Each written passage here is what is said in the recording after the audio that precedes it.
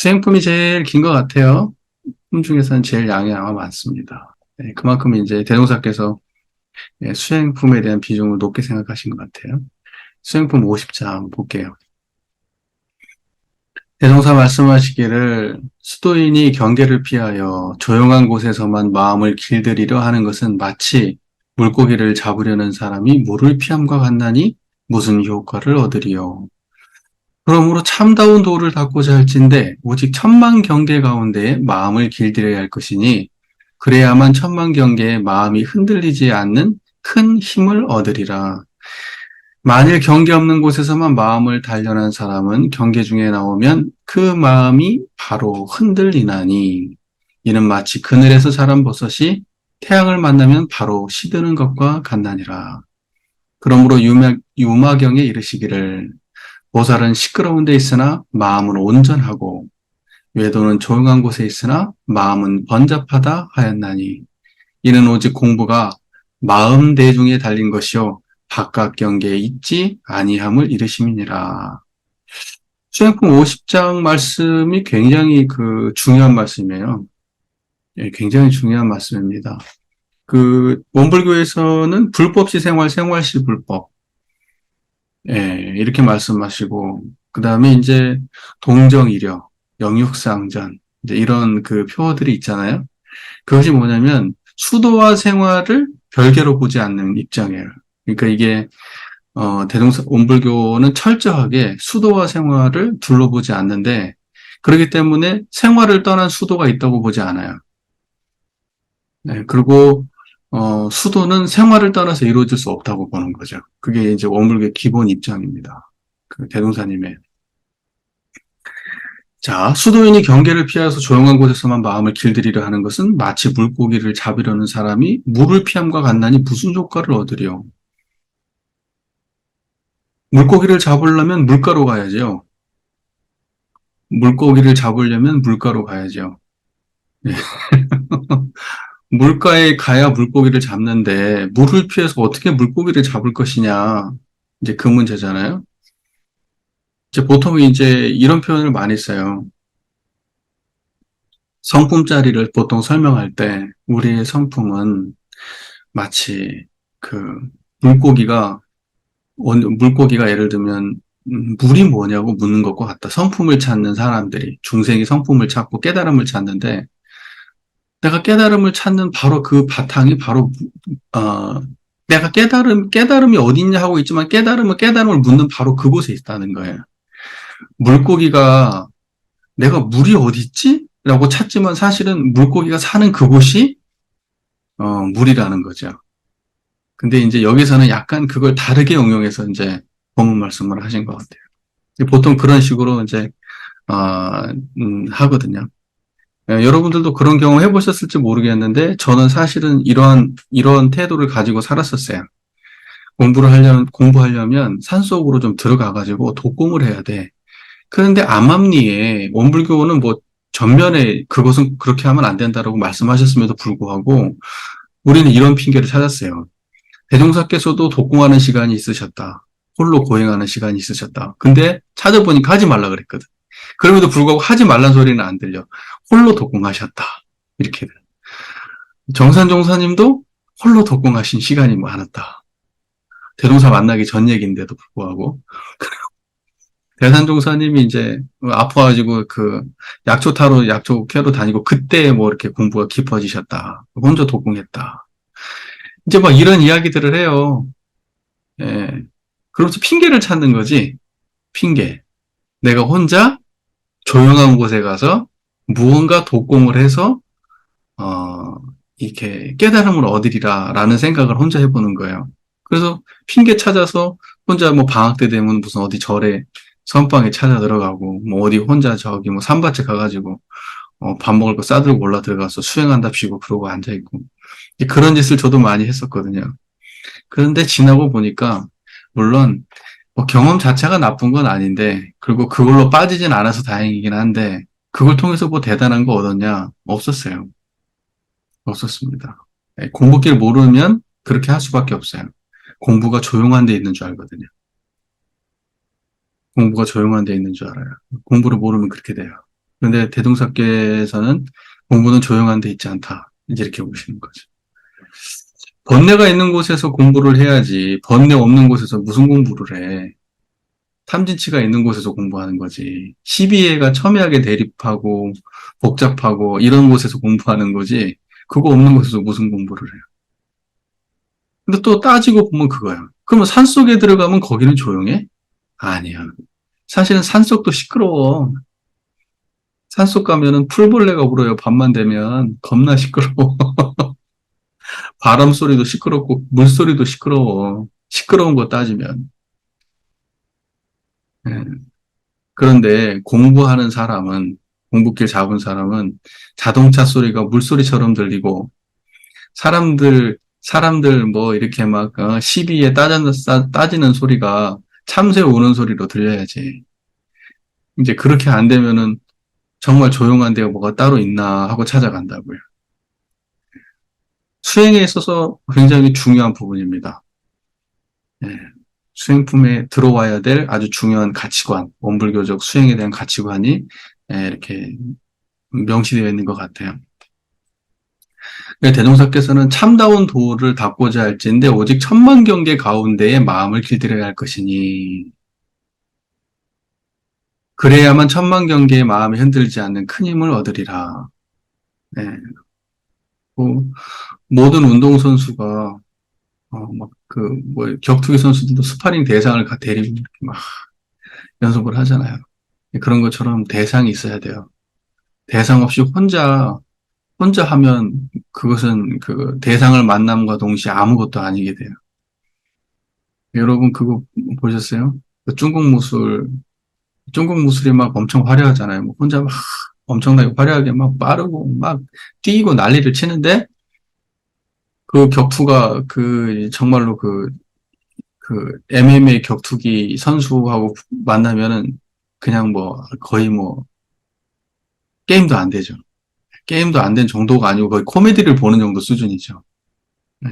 그런 영상들이 올라오는 걸 봤는데 경기 없이 단련하면 그렇게 됩니다. 우리가 아무리 화려하게 무슨 뭐 그냥 이상적인 좋은 생각하고 뭐하고 한다 그래도 그것은 실제 능력은 안 돼요. 실제 공부는 이 청정한 이 자리를 닦는 거예요. 단순하고 명료하고 실제적이고. 예. 그러니까 권투에서 뭐 원투 원투 원투 원투 주구자 원투 원투를 치는데 그 원투 원투 잘 치면은 잽잽잽 원투 원투 뭐 이런 걸 잘 쳐야 돼요. 똑같은 걸 반복하잖아요. 예. 뭐 다양한 뭐가 있는 게 아니에요. 몇 가지밖에 없어요. 보면. 그런 것처럼 똑같아요. 공부인의 수도하는 방식도 무슨 뭐 잡다하게 여러 가지를 많이 안다고 해서 그 사람의 실제 내적 힘이 생기는 게 아니에요. 분명한 길 하나, 분명한 길 하나를 닦는데 다른 게 아니다. 이런 쌍자리입니다. 그리고 이런 쌍자리는 어디에서 공부하느냐? 경계 중에서 세워야 돼요. 경계 중에서. 시비이해가 있고 탐진치가 있는 곳에서. 그리고 그것이 없다 하더라도 항상 이런 쌍이에요. 볼 때도 이런 쌍, 들을 때도 이런 쌍이니까 시비해는 말할 것도 없죠. 그러니까 항상 이런 쌍의 자리를 챙겨야 되는데 언제 챙기느냐? 천만 경계 가운데. 그러니까 마음을 길들인다고 하니까 다른 마음이 있다고 생각하면 안 돼요. 무슨 마음을 길들여야 된다고 하니까 무슨 행복한 마음을 길들이나? 편안한 마음을 길들이나? 응? 뭔가 막, 그런 거 길들이면 그건 생멸심이에요. 그것도 경계라고. 우리가 그 참다운 도를 닦을 때는 길들이는 그 마음이 생멸심이면 안 돼요. 그럼 그 참다운 도가 아니에요. 그러면 생멸하는 경계 중에서 불생불멸한 자리를 길들이는 거예요. 그게 참다운 도를 닦는 거예요. 여기서 마음이라고 했는데 우리는 이 마음을 포괄적으로 이해하고 있지만 사실은 뭐냐면 어디에 더 가깝느냐. 경계 중에서 단련하는 마음은 불생불멸심을 단련하는 거예요. 제 이야기를 듣는 가운데 청정한 그거. 일상에서 그게 안 깨지게 하는 거. 그게 단련하는 거예요. 다른 걸 단련하는 게 아니고.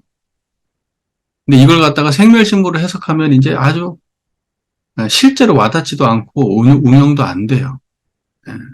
항상 웃고 다니실 거예요? 항상 웃고만 다니실 거예요? 그러면 그게 공부예요? 마음 공부? 항상 기분 좋은 마음 유지할 수 있어요? 그게 유지되는 마음이에요? 그러면 뭐, 어디 저기 상가집 갔을 때도 그렇게 할 거예요? 슬픈 얘기 들을 때도 그렇게 할 거예요? 그럼 그렇게 하는 거 아니거든요. 걔네들은 왔다 갔다 하는 마음들이에요. 그때그때 때에 따라 잘 쓰는 마음들이에요.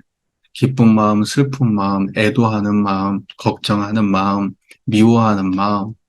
그런 것들은 때에 따라 쓰는 마음들. 그런데 그 마음이 일어나도 변함없는 그 마음자리. 우리는 그 마음들이 일어나고 사라질 때마다 그것을 드러내는 자리를 지켜내야 돼. 이게 참다운 도를 닦는 길이에요. 그러니까 이 마음을 지키라는 거예요. 그러면 결과적으로는 뭐냐면 경계가 있는 곳에서 이 마음을 지키는 연습을 많이 하면 그러면 그 사람의 실력이 진짜 들겠지. 실전 경험이 계속 쌓이니까.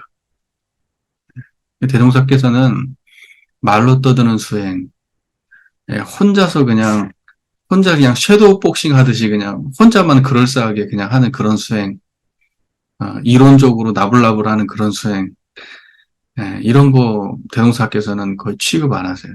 대동사는 진짜 실전 수행을 원해. 진짜 세상이 풍진 세상 속에서 당당하게 쓸 수 있는 진짜 수행을 원해요. 겉으로만 그럴싸하게 옷 입고 그럴싸한 포지션으로 그럴싸하게 말하는 거 그건 중요하지 않아요. 그건 부수적인 거예요. 보수적인 거. 진짜 힘이 있냐고 경계 속에서 그거 지켜낼 수 있냐고요. 자, 큰 힘은 다른 거 아니에요. 천만 경계에 마음이 흔들리지 않는 게 큰 힘이죠. 흔들리지 않는 마음은 뭡니까? 기쁜 마음, 착한 마음, 고마운 마음, 행복한 마음, 이거 흔들리는 마음이잖아요. 흔들리지 않는 마음은 뭐예요? 청정한 자리, 청정한 자리. 그 모든 것들을 환히 드러내고 있는 그 자리. 여기 지금 눈앞에 보이는 모든 것들이 있잖아요. 이렇게 돌아보면. 그거 드러내는 자리. 지금 무언가 소리가 들리잖아요. 소리가 있건 소리가 없건 항상 있는 그 자리. 밥을 먹을 때도, 일어날 때도, 잠을 잘 때도, 꿈을 꿀 때도, 일을 할 때도 항상 있는 그 자리. 그거 흔들리지 않는 큰 힘이에요, 그게.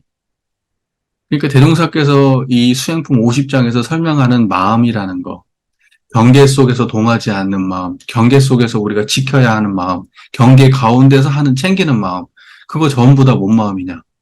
생멸심 아니에요. 불생불멸한 자를 말하는 거예요. 이론상. 이해되시죠? 그러니까는 여기에서 그 주어를 분명하게 세우셔야 돼요. 이런 법문들을 이해가 되니까 그냥 끄떡끄떡하고 넘어가면 우리의 삶하고는 관계가 없는 말이 돼버려요. 여기에서 말씀하시는 법문 안에서 드러나 있는, 이 마음은 어떤 마음인가, 그게 분명해야죠. 지금 알아야 된다고요, 지금. 머리로 말고 지금 체험으로. 지금 체험으로 분명해요? 음. 근데 그게 안 되면 힘든 거야. 그게 안 되면. 그게 안 되면. 자, 그러니까 앞에서 말씀하신 그대로. 경계를 피해서 조용한 곳에서만 마음을 길들이려 하는 것은 물고기를 잡으려는 사람이 물을 피함과 같다. 무슨 효과를 얻으려? 참다운 도를 닦으려면 천만 경계 가운데 마음을 길들여야 된다. 그때 길들인 마음은 청정한 이 자리. 천만 경계에 물들지 않는 이 자리를 천만 경계 가운데서 길들이는 거예요. 우리는 이렇게 생각해. 천만 경계가 있으면 천만 경계를 이렇게 할까, 저렇게 할까, 이렇게 할까, 저렇게 할까. 천만 경계가 나오면, 이건 이렇게 취사해야 돼. 일단 이렇게 취사해야 돼. 요런 걸 길들이는 거라고 생각해. 일차적으로. 이해가 되시죠?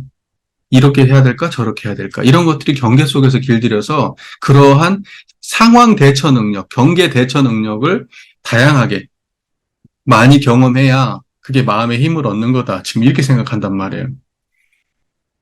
근데 그 말이 뭐 100% 틀렸다. 그렇게 말할 수는 없지만 그건 그 일부의 이야기예요. 그거보다 훨씬 더 근본적인 것은 불생불멸한 거라고.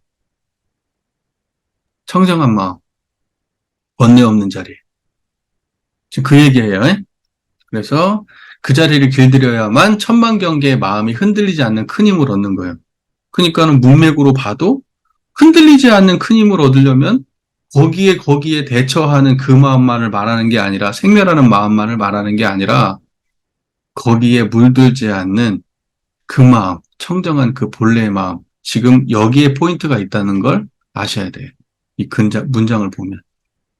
동의가 되십니까? 뭐야, 이렇게 반응이 없어서 참. 그 다음 넘어갈게요. 만일 경계 없는 곳에서만 마음을 단련한 사람은 경계 중에 나오면 그 마음이 바로 흔들리나니. 예. 고요한 걸 단련한 사람들은 흔들려요. 고요함은 깨지거든요. 그러니까 경계 없는 데서 단련하는 마음은 단련됐다라고 생각하는 그 마음 거의 대부분은 고요한 거 닦은 거야. 편안한 거, 행복한 거, 만족한 거, 이 마음 닦은 거야. 이 마음 닦아놓으니까 그거 흔들리지 그게 안 흔들리나. 그러니까는 흔들리고 나면 다시 또 그걸 하기 위해서 그 체험을 다시 찾기 위해서 명상을 배우러 또 들어가는 거야. 그걸 찾기 위해서 산사를 찾아가는 거야. 그걸 찾기 위해서 스승을 또 만나러 가서 차 한잔 얻어먹으려고 하는 거야. 왜? 그게 자꾸 깨지니까. 그때 그게 좋았거든. 또 노예가 됐네. 행복한 마음의 노예. 편안한 마음의 노예. 그렇게 공부하는 거 아니라고요. 경계 없는 곳에서 단련하면 꼭 그렇게 돼요. 제가 예전에 한번 말씀드렸잖아요. 혼자서 공부한다고 산밭에 가가지고 보름 먹을 거 싸들고 겨울에 들어갔다가 혼자서 토끼하고 문 열고 토끼하고 같이 밥 먹었다니까. 문 열면 토끼가 풀 뜯고 앉았어. 같이 밥 먹었어. 그랬는데 그러고 나서 내려와가지고 버스 타고 돌아오는데 사람들의 이야기들이 전부 다 거슬리는 거야. 다 시끄럽고. 뭘 닦았을까 나는. 고요한 거에 길들인 거야. 고요한 거에 길들였다고. 그러니까 고요함의 노예가 돼서 나온 거예요. 산속에서.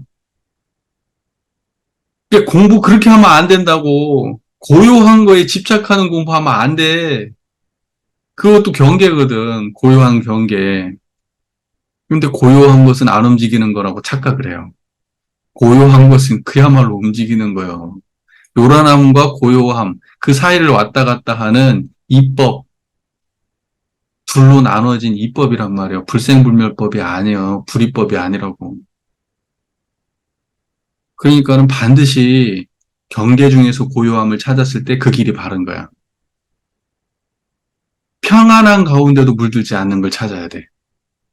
요란한 가운데 물드는 건 말할 것도 없고, 요란한 가운데 물들지 않는 건 말할 것도 없고, 편안한 거, 행복한 거, 만족한 거에도 물들지 않는 거. 그건 못 만나면 견성했다고 말하면 안 돼. 공부길 알았다고. 예. 거의 99.99% 무슨 영성을 닦는다, 공부한다 그러면 다 편안한 거 찾는 사람들이에요. 행복하고 편안하고 고요하고. 그래서 안 되는 거야. 그래서 일상에서 유지가 안 되는 거야. 그러니까 계속해서 특별한 장소, 특별한 사람을 만나고 찾는 거예요. 그리고 그런 걸 돈 받고 서비스를 제공해 주는 거고. 그래서 산업이 되는 거예요. 명상 산업이. 그러니까는 사실은 뭐냐면 불이법을 추구하는 입장에서 성품을 논하고 깨달음을 논하는 입장에서 보면 유치하다고 다. 유치하단 말이에요. 무슨 말인지 아시겠죠? 맛없는 음식 먹고 사는 사람한테 맛있는 음식 주는 거하고 똑같아. 설탕 많이 타서. 근데 나중에 설탕 많이 탄 음식 먹으면 어떻게 됩니까?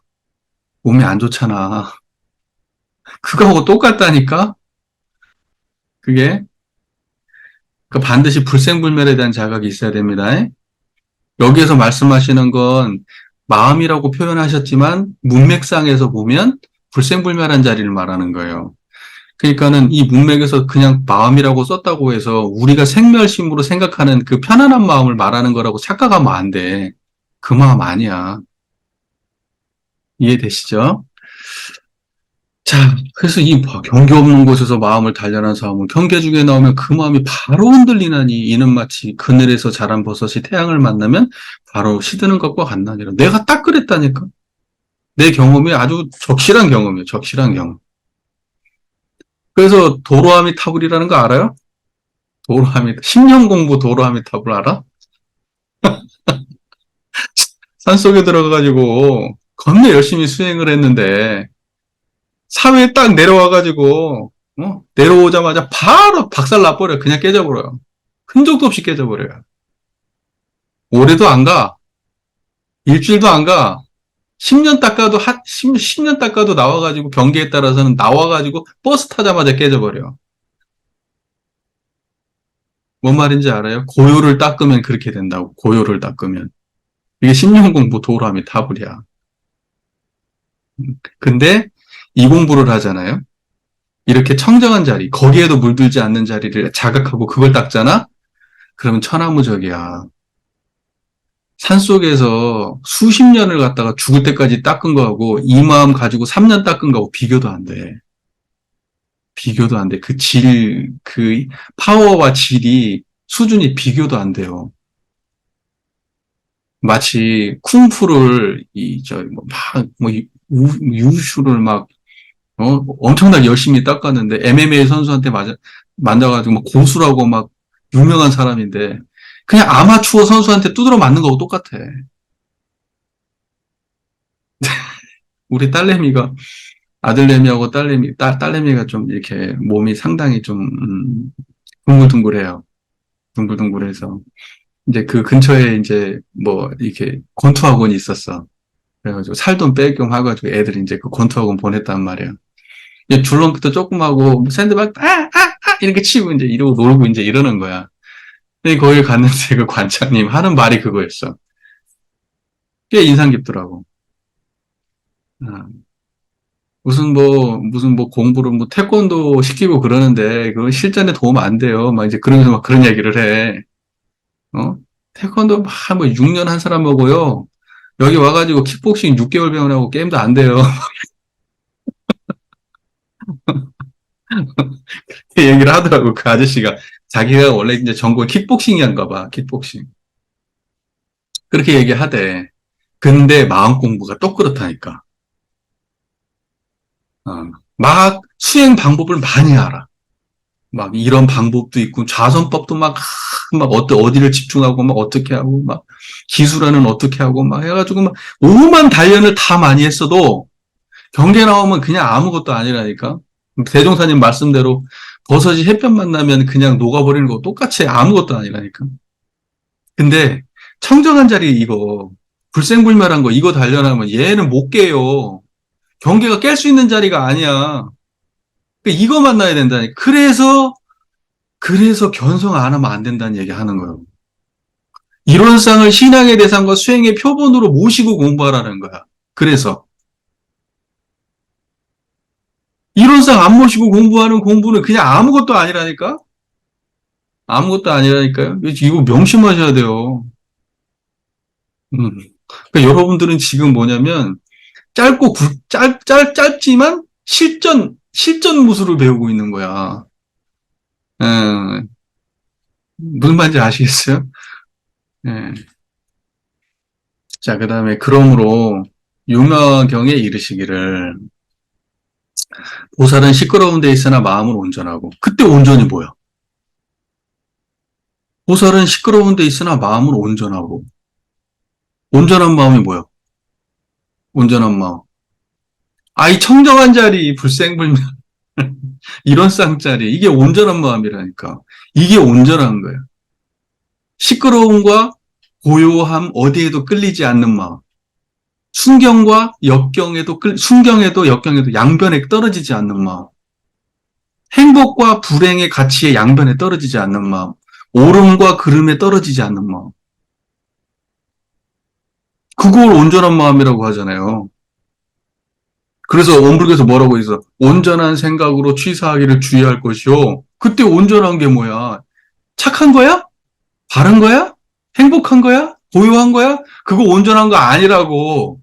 그거 온전한 거 아니야. 온전한 마음은 거기에 물들지 않는 게 온전한 마음이야. 그걸 드러내고 있는 거. 지금 청정한 거. 내 얘기를 듣고 저를 쳐다보고 있는 그 당청. 일상을 살면서 한 번도 떠나지 않았던 그 자리. 불생불멸한 거.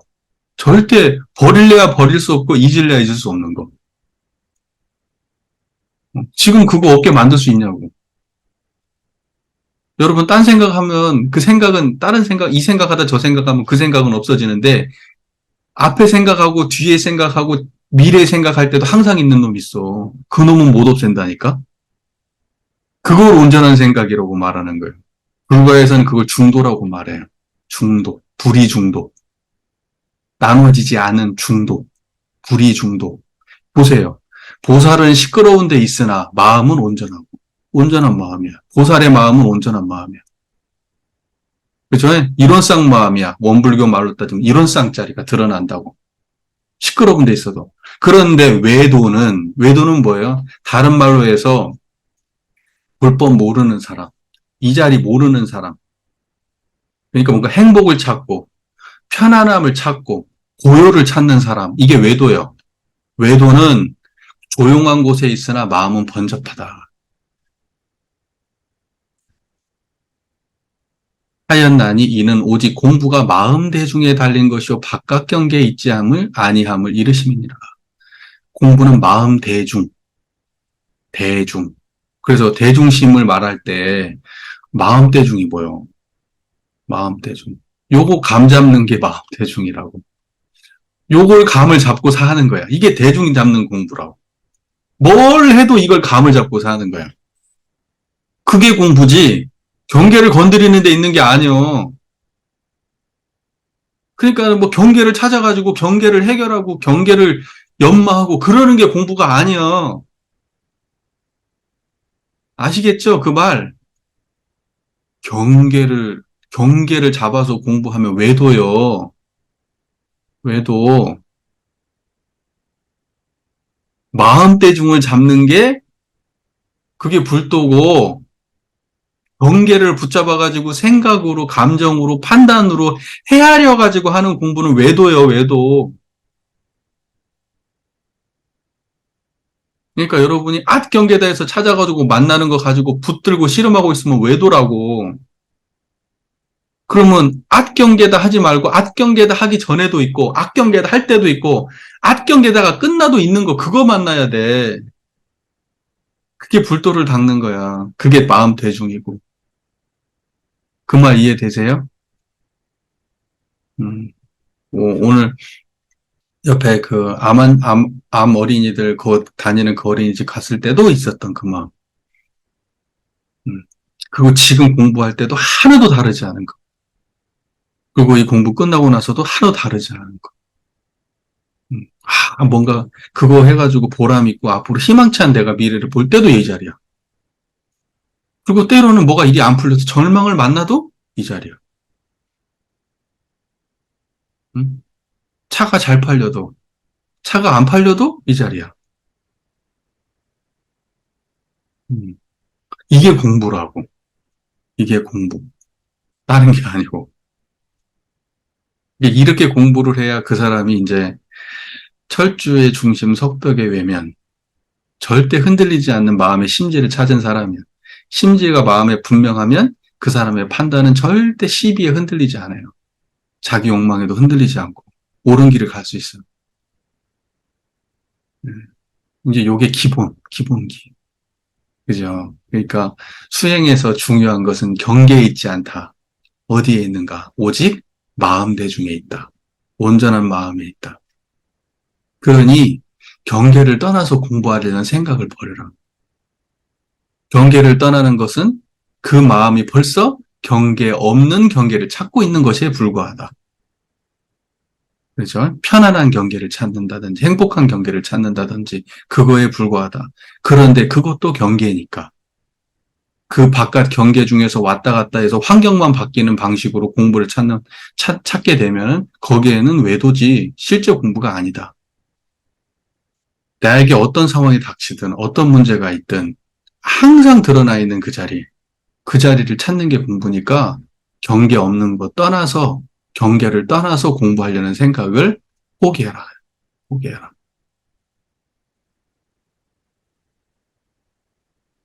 여러분, 경계 떠나서 공부하려는 마음 포기하셨습니까? 포기하십시오, 앞으로. 경계 못 떠나요. 원래 못 떠나. 여기 떠나면 그쪽 경계가 있다니까. 근데 우리가 원하는 것은 조용한 경계라서 그래. 조용한 경계라서 차고 그 경계는 쫓아가고 이 경계는 버리려고 해. 그러지 경계로 왔다 갔다 하는 것일 뿐 공부는 아니야. 그건. 이해되시죠? 음, 요 정도 할게요. 사실은 이제 법문을 보는 안목을 이제 예를 들면 이제 법안 또는 경안 이제 이렇게 얘기하는 법을 보는 안목을 법안 이렇게 얘기하고 경전을 보는 안목을 경안 그러는데 법을 보는 안목이 경을 보는 안목이거든. 그 사실은 뭐냐면 다름이 아니라 경전을 볼 때도 청정한 자리에 의지해서 보면 경전의 그 근본 뜻이 보이고 근데 내가 생각하고 내가 상식적으로 알고 있는 배워왔던 어떠한 그 나의 경험 안에서 경전을 보게 되면 그러면 또 경전이 그렇게 읽혀요. 참 그 경전이라는 게 오묘해. 그래서 중생심으로 읽으면 중생심 수준으로 경전이 보이고 또 불보살의 안목으로 깨달음의 안목으로 이론상의 안목으로 보면 또 진짜 그렇게 막힘없이 그렇게 보이는 게 그게 경전인 것 같아요. 그래서 우리가 결과적으로 대종사께서 말씀하시잖아요. 이론상을 신앙의 대상과 수행의 표본으로 먼저 모시고 그 신앙과 수행을 그 사안사유 상업팔조를 갖다가 신앙과 수행의 강령으로 정했다 이렇게 말씀하시거든. 그러니까는 결과적으로 이론성이 빠진 사원은 사실은 원불교 교리 안에서는 사실 근본이 없는 공부가 돼버리거든요. 예, 근본이 없는 사실은 그 껍데기만 공부하는 거야. 근데 그 본질을 못 보고 껍데기만 얘기하는 게 돼버려. 12이해를 아무리 논하고 뭐 옳고 그름을 논하고 뭐 하고 하면 다 해도 그 논하는 근저에 잊어먹지 말아야 될 게 딱 불생불멸한 이론상의 자리라고.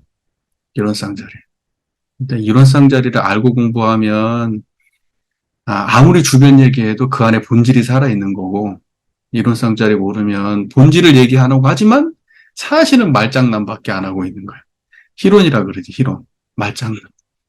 말만.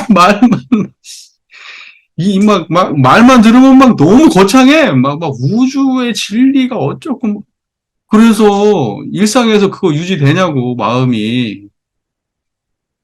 한 방에 나가 떨어진다니까. 한 방에. 깨지지 않는 자리를 만나야 돼.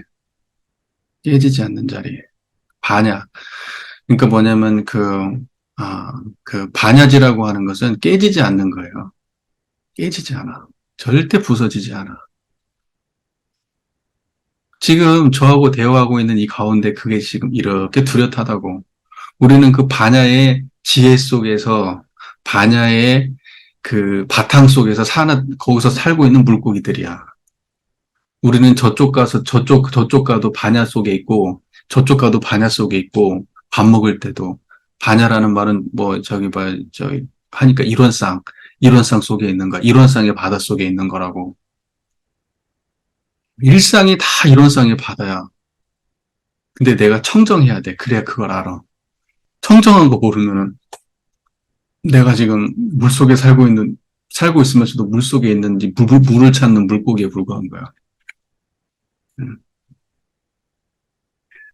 아, 하여튼 일상의 삶 속에서, 경계 속에서, 정말 힘든 경계 속에서 하여튼 청정한 자리로 수행하시고, 거기에서 힘을 얻고 그렇게 되시기를 바랍니다.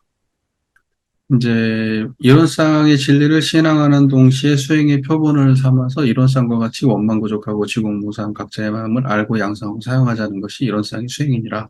이렇게 돼 있잖아요. 이론상의 진리를 신앙하는 동시에 수행의 표본을 삼는다. 요걸 해석할 때 우리가 보통은 이렇게 생각해요.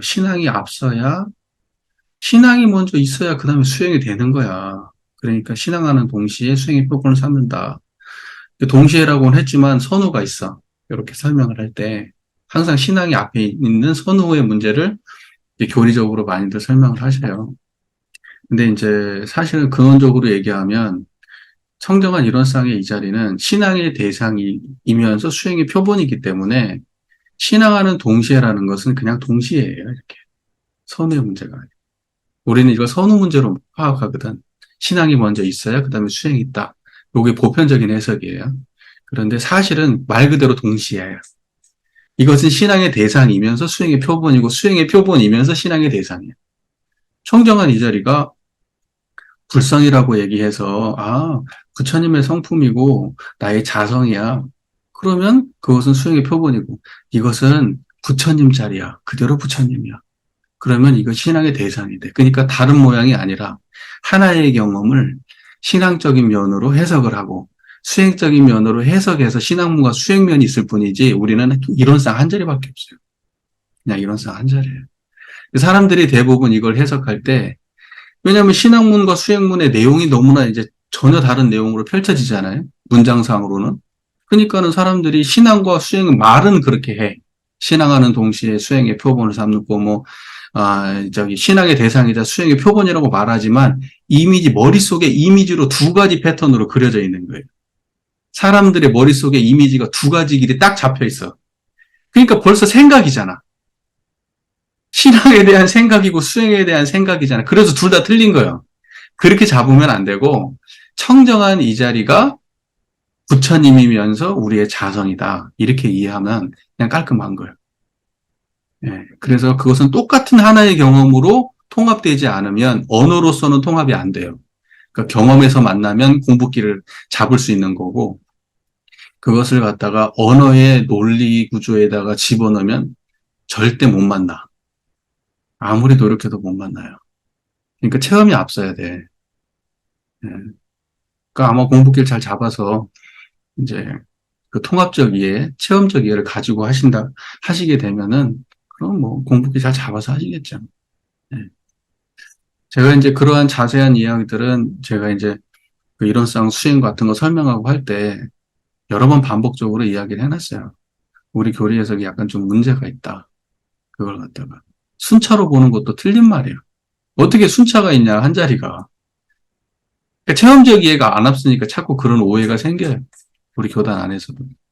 사실은 되게 단순 명료한 얘기인데 그걸 언어로 이해하면은 참 복잡한 얘기가 돼요. 근데 생각해 보세요. 성자들은 뭐가 먼저 있었을까? 부처님이 깨닫기 전에 이론을 먼저 세웠을까요? 대종사과에서 깨닫기 전에 이론을 먼저 공부했어요? 아니었어. 그거 아니거든. 아주 단순 명료한 체험 하나 있어. 단순 명료한 체험. 근데 그걸 사람들이 이해를 못 하잖아? 설명을 해. 근데 그분이 있을 때 설명했을 때는 그래도 그분이 체험과 함께 설명하니까 이해가 됐거든? 그런데 자기 체험이 빠진 사람이 또 그걸 또 설명을 해. 그러니까는 그게 복잡하게 되는 거예요. 이론이 전개가 되는 거예요. 정법 시대가 뭐냐? 깨달음이 살아있는 사람이 법을 전할 때가 정법 시대예요. 대종사께서 계셨던 그 시대가 정법 시대예요. 부처님, 부처님 또 정법, 상법, 말법 시대 이렇게 얘기하잖아요. 정법 시대가 뭔데 부처님 정법 시대는 부처님 살아계실 때야. 또는 부처님이 살아계신 제자, 이런 마가서, 이런 사람들이 살아있는 시대까지가 정법 시대야. 그분들까지 가고 나면은요, 그러면은 이제, 그다음부터는 이제 상법 시대야. 글만 봐야 돼. 글만 봐야 된다. 그 다음에 지나면 뭐만 남는 줄 아세요? 형식만 남아. 제사만 남아. 그래서 제사 잘 지내고, 거기 시키는 대로 잘 따라서 하고, 이렇게 되면은 그건 불법 잘하는 사람이고, 그거 못하면 불법 못하는 사람이고. 그래서 방법론만 남게 돼요. 수행도 예를 들면, 수행의 본질을 알면은 사실은 방법론이 필요 없거든. 마음자리 알려주는데 무슨 본질이 복잡할 게 있어요. 그 마음이 맞다, 틀리다 하면 알려주면 되잖아. 되게 단순 명료한데, 그것이 시대가 지나면 어떻게 되느냐. 좌전은 이렇게 해야 되고, 이렇게 해야 되고, 이렇게 해야 되고, 호흡은 이렇게 해야 되고, 호흡에 대한 막 설명만 막 이렇게 많고, 기도에 대한 설명만 이렇게 많고, 근데 실제로 법신부를 못 만나, 기도하면서. 이제 이런 문제가 발생해요. 그러니까 체험이 단순하고 아주 명료하면서 나머지 모든 것들은 여기를 통해서 구현되어야 돼, 언어가. 그러니까 요 코어 핵심 체험이 분명하면 그러면 그분은 잘못될 일이 없어요. 교리 해석이. 그러니까 지금 현재 우리가 앞서야 될 건 지금 체험이야, 체험. 삶 속에서 지금 이 마음을 구현해야 돼. 예, 그렇게 하시기 바래요.